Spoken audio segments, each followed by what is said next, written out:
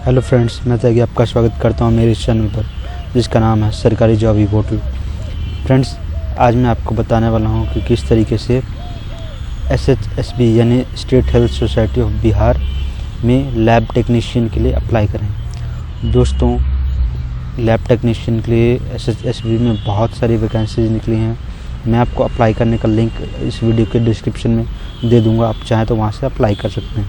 तो सबसे पहले आपको इस लिंक पर क्लिक करना है और जैसे आप क्लिक करेंगे दोस्तों, आपके सामने ये इस तरीके का कुछ पेज ओपन हो जाएगा। तो आपको सबसे पहले न्यू रजिस्ट्रेशन पर क्लिक करना है। जैसे आप न्यू रजिस्ट्रेशन पर क्लिक करेंगे, आपके सामने इस तरीके से रजिस्ट्रेशन का फॉर्म ओपन हो जाएगा। उसमें दोस्तों आपको किस पोस्ट के लिए अप्लाई कर रहे हैं, तो ये लैब टेक्नीशियन, उसको सेलेक्ट करना है। उसका फिर एसेंशियल क्वालिफ़िकेशन, जैसे कि आप देख सकते हैं कि यहाँ पर एसेंशियल क्वालिफ़िकेशन में दिया है कि 10+2 यानी कि 12वीं with biology and with diploma in medical laboratory technician from any recognized institution और 10+2 विद बैचलर्स इन MLT। तो यदि आपने डिप्लोमा किया तो पहला वाला, और आपने BSc MLT किया तो दूसरा वाला चुनेंगे। तो सपोज मैंने डिप्लोमा किया तो मैंने पहला वाला चुना। फिर आपको इस 10+2 यानी इंटरमीडिएट सेकेंडरी विद बायोलॉजी, तो आपको बायोलॉजी होना चाहिए, इसलिए यस करेंगे। आपके पास बायोलॉजी है तभी आप एलिजिबल हैं।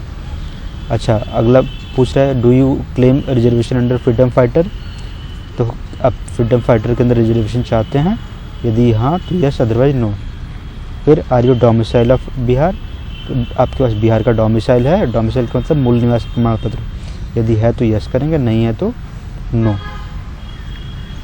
फिर are you an Indian citizen, क्या आप इंडिया के हैं, भारतीय हैं, यदि हैं तो यस, अदरवाइज नो। फिर आप किस कैटेगरी के लिए अप्लाई कर रहे हैं, तो जैसे मैंने बताया, यदि आप बिहार के डोमिसाइल हैं उस केस में आपका सारा बिहार का कैटेगरी मान्य होगा, और यदि आपके पास बिहार का डोमिसाइल नहीं है तो फिर अदर स्टेट वाले जनरल कैटेगरी से अप्लाई करेंगे। तो यहाँ मैंने जनरल सेलेक्ट किया है, आप अपने अकॉर्डिंग सेलेक्ट कर सकते हैं। फिर आप मेल हैं या फीमेल, मान लीजिए मैं एक फ़ीमेल का फॉर्म भर के दिखाता हूँ आपको सपोज। फिर आर यू PHP यानी फिजिकली हैंडीकैप पर्सन, यानी दिव्यांग है, 40% या ज़्यादा की डिजेबिलिटी अगर है तो यस, नहीं है तो नो। फिर कैंडिडेट्स फर्स्ट नेम, तो यहाँ पर बेसिकली आपका जो है स्कूल रिकॉर्ड में मान लीजिए मैंने रखा है एक नाम प्रीति। उसके बाद आपको मिडिल नेम, मान लीजिए मैंने मिडिल नेम में यदि आपका कुमार, कुमारी जो भी है, और लास्ट नेम में बेसिकली आपका सरनेम होता है, चाहे आप यादव हो, शर्मा हो, गुप्ता हो, पटेल हो, जो भी हो उस अकॉर्डिंग आप रखेंगे। देन अगर नहीं है ये तो फिर आप केवल फर्स्ट नेम रहने देंगे। फिर आपको डेट ऑफ बर्थ एंटर करना है जो आपके 10th क्लास में आपके मार्कशीट में हो। मान लीजिए मैंने सेलेक्ट किया 10 जनवरी 1991। ओके। फिर आपको एक ईमेल एड्रेस अपना डालना है यहाँ पर। तो बेसिकली चलिए मैं अभी एक ईमेल एड्रेस डाल देता हूँ कि अगर कोई OTP या कुछ भी आए तो वहाँ पर मैं एक्सेस कर सकूँ। उसके बाद आपको एक बार कंफर्म करना अपना ईमेल।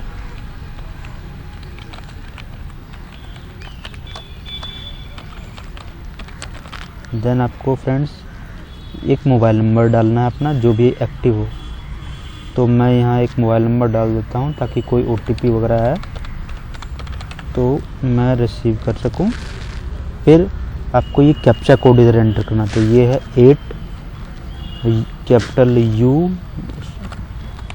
8UHEMC ये है। देन आपको आई एक्सेप्ट ऑल द टिक करके फिर सबमिट पे करेंगे आप। तो जैसे आप सबमिट पे करेंगे दोस्तों, तो ये आपका इस तरीके से आपको एप्लीकेशन नंबर मिल जाएगा और आपका डेट ऑफ बर्थ मिल जाएगा।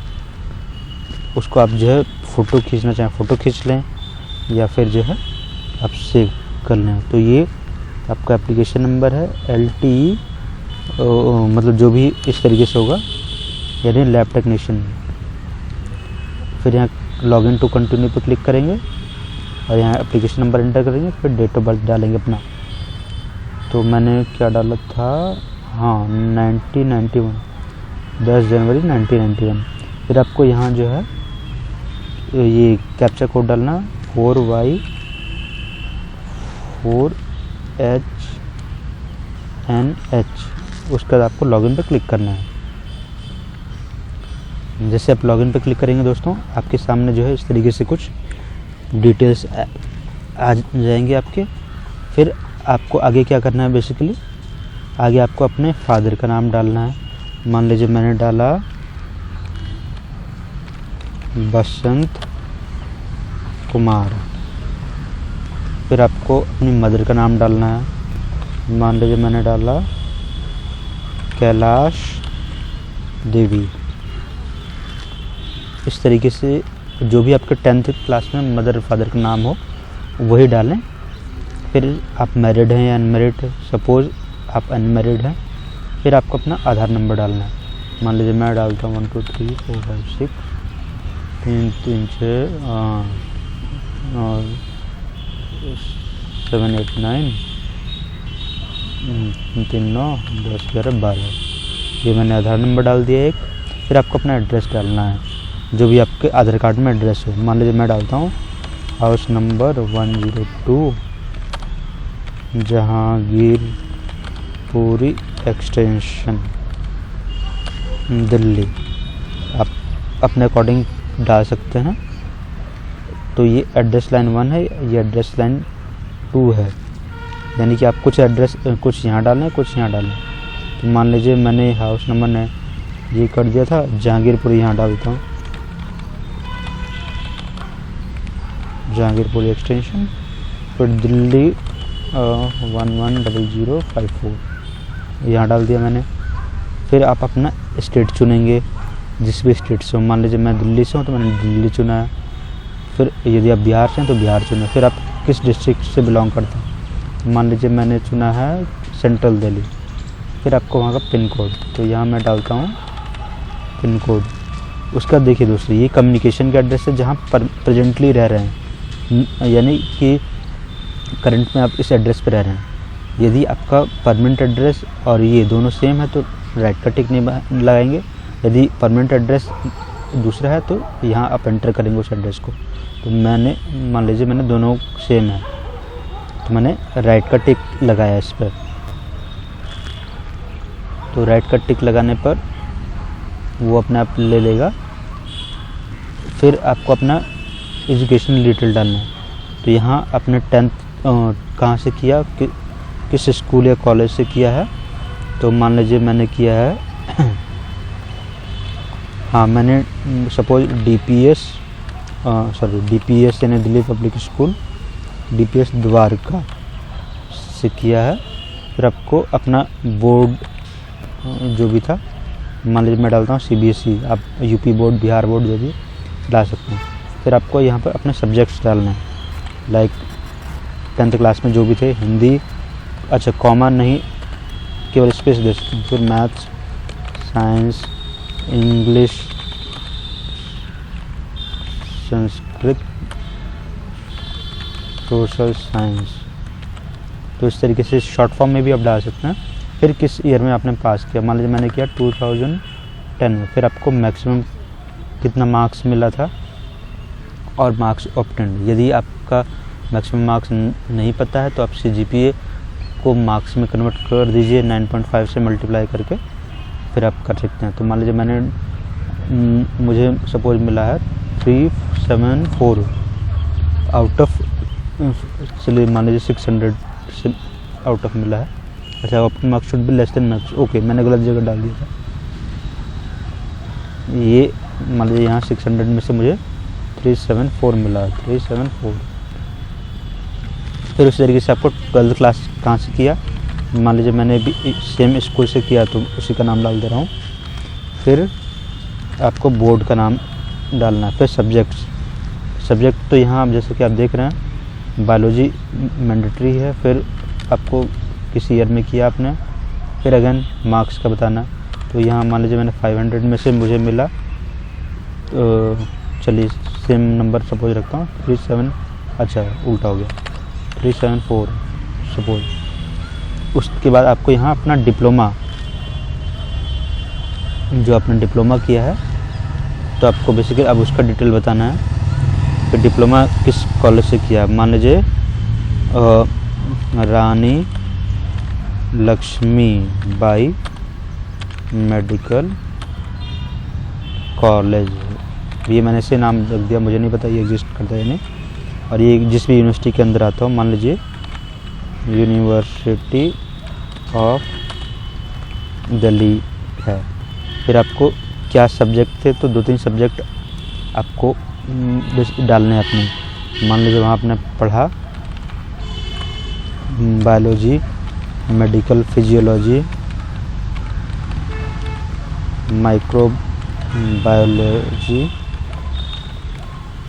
इस तरीके से 2-3 सब्जेक्ट डाल दीजिए। अच्छा बेसिकली क्या है कि स्पेस देना है, मैंने स्पेस की जगह कॉमा यूज़ किया था, इस वजह से ऐसा हो रहा है।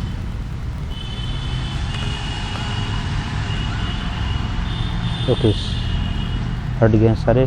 फिर आपने किस ईयर में पास किया, तो डिप्लोमा बेसिकली जो है ग्रेजुएशन 3 साल का होता है और डिप्लोमा 2 साल का भी होता है, 6 महीने का भी होता है। तो मान लीजिए मैंने किया है 2017 में, ये मैं जस्ट आपको मैं भर के दिया रहा हूँ। फिर आपको कितने मार्क्स मिले, मान लीजिए मुझे डिप्लोमा में 1200 में से मार्क्स मिले हैं 750, तो इस तरीके से करके परसेंटेज हो जाएगा। उसके बाद आपको आई एक्सेप्ट पर टिक करके 7 कंटिन्यू पे करना है। फिर फ्रेंड्स आपके सामने जो है अगला स्टेप आ जाएगा, अपलोड फ़ोटो एंड सिग्नेचर। तो उसके लिए फ्रेंड्स आपको सबसे पहले फ़ोटो को सेलेक्ट करना। मैं देखता हूँ कोई फ़ोटो हो मेरे पास, तो फ़िलहाल के लिए कोई फ़ोटो, लेट मी चेक। हाँ चलिए मैंने एक फ़ोटो अपलोड कर दिया है। उसके बाद आपको अपलोड पे क्लिक करना है। अच्छा invalid top position reduce top side and face, okay okay. तो यहाँ कुछ इस तरीके से जो है फ़ोटो में प्रॉब्लम्स हो रही हैं। तो मैं आपको पूरा करके दिखाता हूँ। दूसरा कोई फ़ोटो देखते हैं। ओके मैं बेसिकली कोई दूसरा फ़ोटो देखता हूँ आपके लिए। चलिए एक फ़ोटो और मिल गया मुझे, अब इसको अपलोड करके देखते हैं।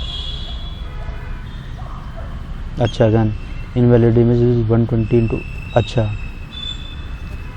ठीक है। इस तरीके से आपको फ़ोटो एंड सिग्नेचर मैं दूसरा अपलोड करता हूँ।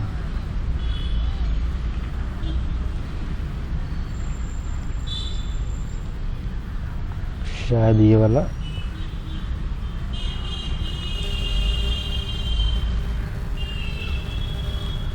तो बेसिकली आप चाहें तो यहाँ से रिसाइज भी कर सकते हैं फ्रेंड्स। ये जैसे हो जाता है फिर मैं आपको सिग्नेचर का दिखाता हूँ। ये शायद टाइम ले रहा हो रहा है, जहाँ तक है होपफुली ये हो जाएगा, और नहीं तो हम चेंज कर देंगे फ़ोटो को, रिसाइज कर देंगे, नो प्रॉब्लम। बहुत आसान है रिसाइज करना भी। तो आपको यहाँ से फिर जो है आप एक सिग्नेचर चूज़ करेंगे, और मैं देखता हूँ कोई सिग्नेचर।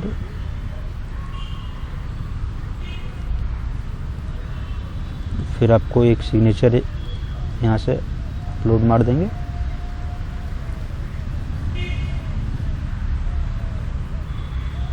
और इस तरीके से करके फ्रेंड्स आपका फ़ोटोग्राफ और सिग्नेचर अपलोड मार देंगे आप। तो ये सिग्नेचर हो गया। इस तरीके से फ़ोटोग्राफ भी आप, मैं देखता हूँ कुछ और फ़ोटोग्राफ कोई हो, लाइक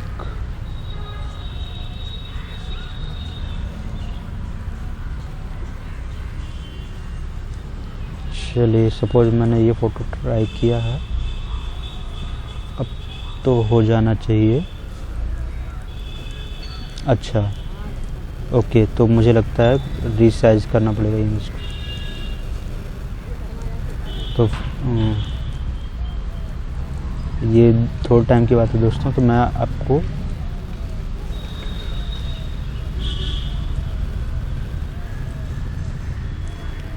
यहाँ इमेज रीसाइज करके भी दिखाता हूँ।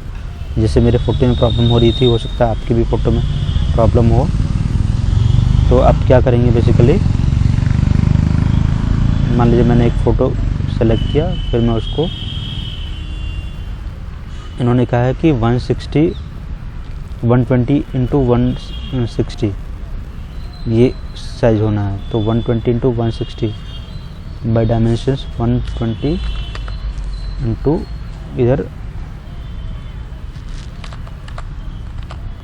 160,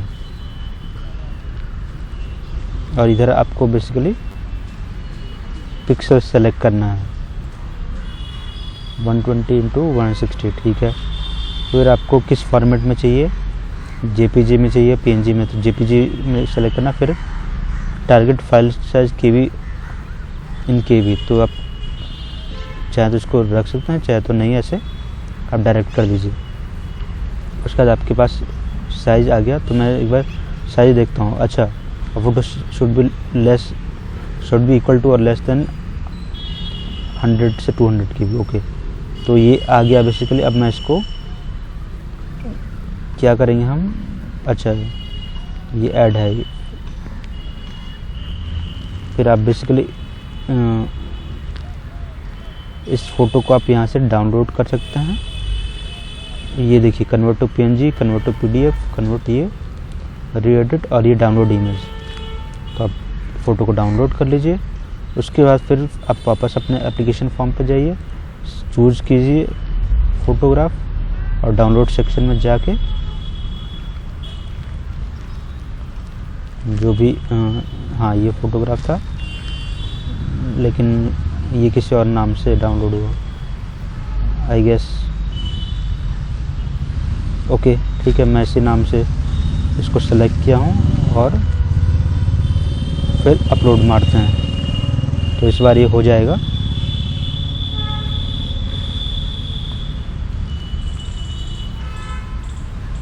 और ये हो गया। देन आपको फ्रेंड्स सेव एंड कंटिन्यू करना है।